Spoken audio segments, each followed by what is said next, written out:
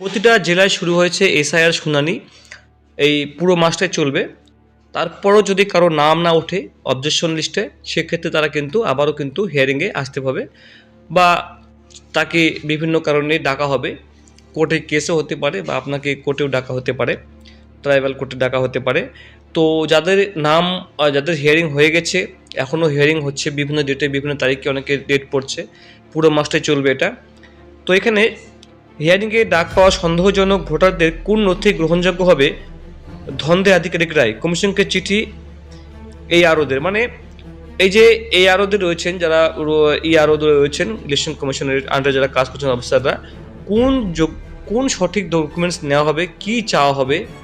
আসলেই কিন্তু আমিও গিয়েছিলাম হিয়ারিংয়ের জন্য, তো সেখানে কিন্তু সঠিকভাবে কোনো কিছুই নেওয়া হচ্ছে না। অনেকেই বাংলাদেশি রয়েছে বা বাংলাদেশ থেকে এসেছে, তাদের কিন্তু নিয়েছে, তাদেরকে কোনো সেরকম প্রশ্ন করা হয়নি, সেটা আমি জানি, আমিও ছিলাম সেখানে।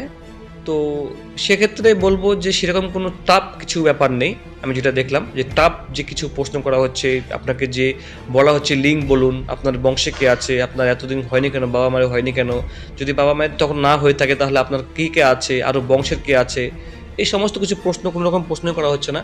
তো বিভিন্ন জায়গায় বিভিন্ন ধরনের প্রশ্ন করা হচ্ছে, সঠিক নিয়ম কোনো নেই এমন, এক একজনকে এক এক ধরনের প্রশ্ন করা হচ্ছে, এমন কোনো টাফ কোনো কোশ্চেন করা হচ্ছে না। আপনি যে ডকুমেন্ট দেখাচ্ছেন সেই ডকুমেন্টসই নিয়ে নিচ্ছে, আপডেট করে দিচ্ছে, আপলোড করে দিচ্ছে, ফটো তুলে নিচ্ছে, এতটুকুই আমি দেখলাম।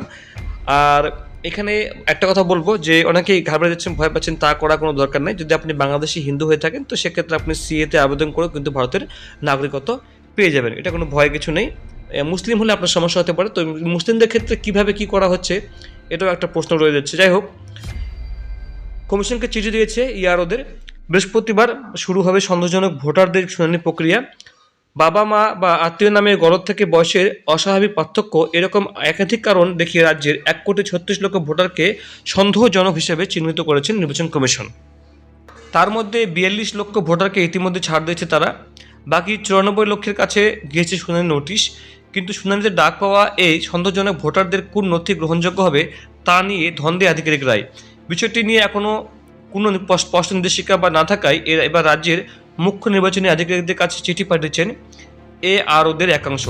চিঠিতে তারা জানতে চেয়েছেন সন্দেহজনক ভোটারদের ক্ষেত্রে কোন নথি গ্রহণযোগ্য বলে বিবেচিত হবে, মানে সঠিক কোনটা আইডেন্টিফাই, মানে যেটা মেনশন করা থাকবে যে যাদের সন্দেহ, যাদের কোনো বংশের তালিকায় নেই, কিচ্ছু নেই, কারণ নেই, এসআই লিস্টে কারো নাম নেই, তাদেরকে কোনো ডকুমেন্ট চাওয়া হবে, কোন ডকুমেন্টের ভিত্তি করা হবে। আমার মনে হয় বন্ধুরা এরকম কোনো ডকুমেন্টস কার কাছে নেই, পুরনো ডকুমেন্টসই নেই, থাকলেও তারা লিঙ্কস দেখাতে পারছে না। সন্দেহজনক চিহ্নিত ভোটারদের সিংহভাগের ক্ষেত্রেই ইনুমিনেশন ফর্মে উল্লেখিত বাবা মা বা আত্মীয় নামে গলদ ধরা পড়েছে। অনেকের ক্ষেত্রে বাবা বা মায়ের সঙ্গে ভোটারের বয়সে ফারাক 15 বছর। এছাড়াও 6 জন বা তার বেশি ভোটার একজন ব্যক্তিকে বাবা বা আত্মীয় হিসেবে দেখিয়েছেন। এখানে আমি বন্ধুরা বলে দিই, আমার যতটুকু মনে হচ্ছে অনেকে কিন্তু অনেকে ডবল মানে একই পাড়াতে নিজেদের নাম রয়েছে, মানে একই নামে রয়েছে, তার বাবার নাম রয়েছে, সেটাকে অনেকে বা 2002 লিস্টে বাবার নাম দিয়ে দিয়েছে, এটাও কিন্তু হয়েছে। মানে ধরে নিন আপনার নাম, আপনার বাবার 2002 লিস্টের নাম নেই, বা আপনার পাড়াতেই সেম একই নামের নাম রয়েছে, সেটা আপনি সেই সিরিয়াল নাম্বার বা সেই ভোটার কার্ড নাম্বার দিয়ে দিয়েছেন, তো সেটাও কিন্তু আপনার বন্ধুরা বয়সের ফারাক বা অনেক কিছুই শো হয়ে গেছে, মানে ধরা পড়েছে। এমনটা কিন্তু হয়েছে বন্ধুরা, চালাকি করে। এমনও ভোটারদের সন্দেহের তালিকায় মাথা রাখা হয়েছে। শুনানি নোটিশ পাঠানোর আগে সংশ্লিষ্ট বুথ লেভেল অফিসার মারফত এই ভোটারদের কাছে নথি চেয়ে পাঠিয়েছিল কমিশন। জানা গেছে নথি জমা দেওয়ার পর অন্তত 42 লক্ষ ভোটার আর সন্দেহ থেকে মুক্তি হয়েছেন। বাকি 94 লক্ষ ভোটারদের শুনানি নোটিশ পাঠানো হয়েছে। কিন্তু এই বিপুল সংখ্যক ভোটারের শুনানি যারা করবেন তারাই এখন ধন্দে রয়েছে, সংশয় রয়েছে। কারণ এসব ভোটারের কোন নথি গ্রহণযোগ্য হবে তা নিয়েই দেখা গিয়েছে সব বিপত্তি। কারণ এ নিয়ে কমিশনের কোনো স্পষ্ট নির্দেশিকা নেই। এটা একটা কি দেখুন ম্যাজিক। পঞ্চায়েত দপ্তরে কর্মরত অ্যাসিস্ট্যান্ট প্রোগ্রাম অফিসাররা এআরও হিসেবে কাজ করছেন। তাদের সংগঠন অ্যাসিস্ট্যান্ট প্রোগ্রাম অফিসার্স ওয়েলফেয়ার অ্যাসোসিয়েশনের তরফে সিওকে পাঠানো চিঠিতে দাবি করা হয়েছে কোনো লিখিত নির্দেশিকা দেওয়া হচ্ছে না, হোয়াটসঅ্যাপে বা মৌখিকভাবে যাবতীয় নির্দেশ দেওয়া হচ্ছে। কমিশন নির্ধারিত 13টি নথির মধ্যে মাধ্যমিক অ্যাডমিট কার্ড বা স্কুল লিভিং সার্টিফিকেট ও সংশ্লিষ্ট রাজ্য সরকারের জারি করা ফ্যামিলি রেজিস্টার সংক্রান্ত নথি থাকলেও সন্দেহজনক ভোটারদের ক্ষেত্রে তা গ্রহণযোগ্য নয় বলে মৌখিক নির্দেশ দেওয়া হয়েছিল। চিঠিতে এমনটা দাবি করা হয়েছে। এদিকে কমিশন জানিয়েছে পরিযায়ী শ্রমিক সহ রাজ্যের বাইরে থাকা ব্যক্তিদের শুনানিতে আসতে হবে না। কমিশন তাদের জন্য পোর্টাল বা হোয়াটসঅ্যাপ নম্বর চালু করতে বলেছে বলে খবর। শুনানি নোটিশ পাওয়া পরিযায়ী শ্রমিকরা পোর্টালে লগ ইন করে নথি আপলোড করলেই হয়ে যাবে, অথবা বিএলওরা হোয়াটসঅ্যাপের নম্বরে নথি পাঠালেও তা গৃহীত হবে।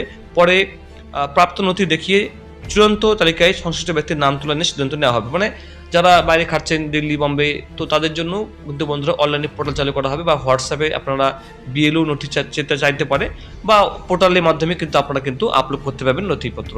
তো বন্ধুরা এসআইআর এটাও হচ্ছে শুনে হিয়ারিং, অনলাইনে হিয়ারিং শুরু হবে। তো বন্ধুরা এই ছিল আপডেট। আপনি বাড়িতে বসে করতে পারেন, কমিশন থরি দেখে আছে আপনি বাড়িতে আছেন না বাইরে আছেন, তো আপনি অনলাইনে বসে কিন্তু আপনি হিয়ারিংয়ে আপনি করতে পারেন বা জয়েন করতে পারেন, আপডেট করতে পারেন। তো বন্ধুরা এই ছিল আপডেট। আপনি জানাবেন কমেন্ট বক্সে আপনাদের হয়েছে কি হয়নি, বা আপনাদের ডাক পেয়েছেন কি না শুনানিতে।